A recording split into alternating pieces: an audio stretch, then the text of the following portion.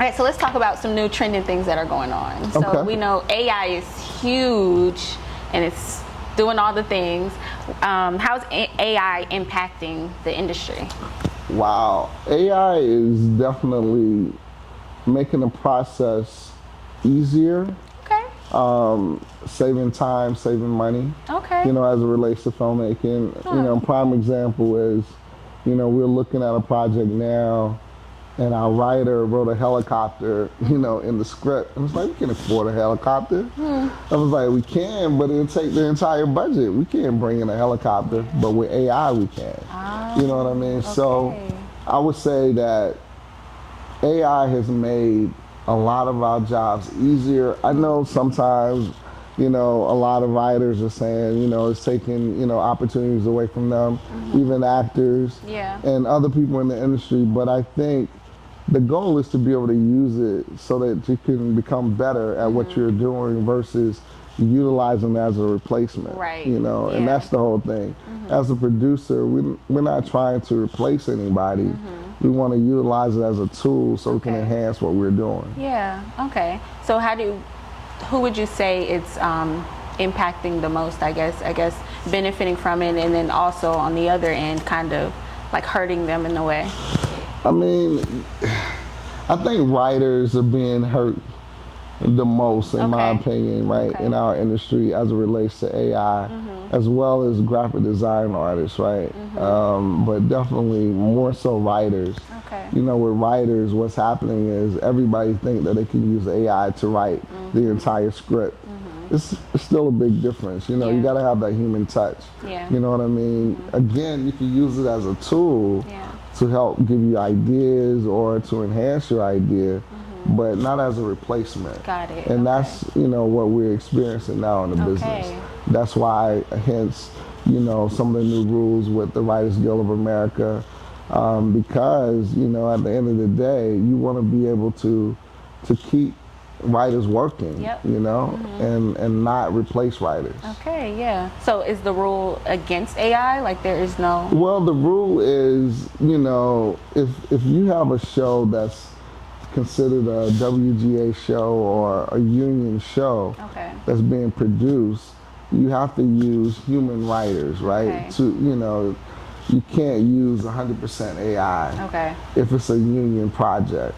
And, you know, and I know some people are utilizing it in some way, shape, or form. You can do that, but you still have to use humans to assist the process. And that's the thing. It's a balancing act. Okay. Yeah. Okay. That's a good thing to have that balance, because I know AI scares a lot of people, so it's good to hear Absolutely. this end of it. It does. Yeah. It does. Okay. So, you know, content creation is also a huge thing. What is your take on like content creation these days, and when it comes to the industry of film?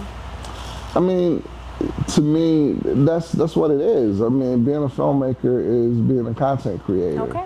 You know, it's today what you will find is that individuals that are creating short form content for social media, they're, you know, getting better at it, right? Okay, yeah. They're learning how to create promos, and they're taking promos and they're learning how to create commercials.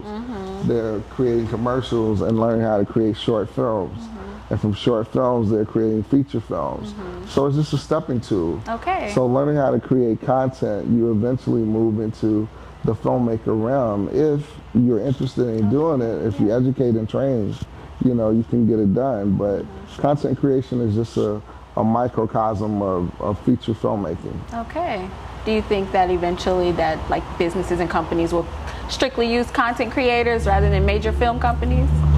You know, it depends. I mean, you know, at the end of the day, a content creator is a content creator. Yeah. So, I mean, you may, you know, need the skill set of a short form content creator Yeah. more than you do a long form content Yeah. creator. So it just depends on what your needs are. I don't think it's definitely, you know, I don't think it's a situation where you have to choose one over the other. Right. It just depends on whatever your needs are. There we If, go. you know, if the Yeah. need fits the skill set, then hire the person with that skill set. There you go. Yeah, that makes a lot of sense. Okay.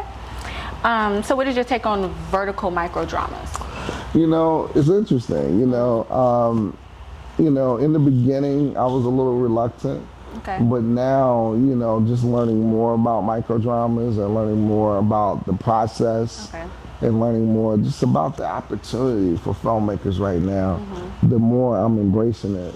One thing that I've learned, in the 20 plus years I've been in this business is that with filmmaking or with technology in general is ever changing, right?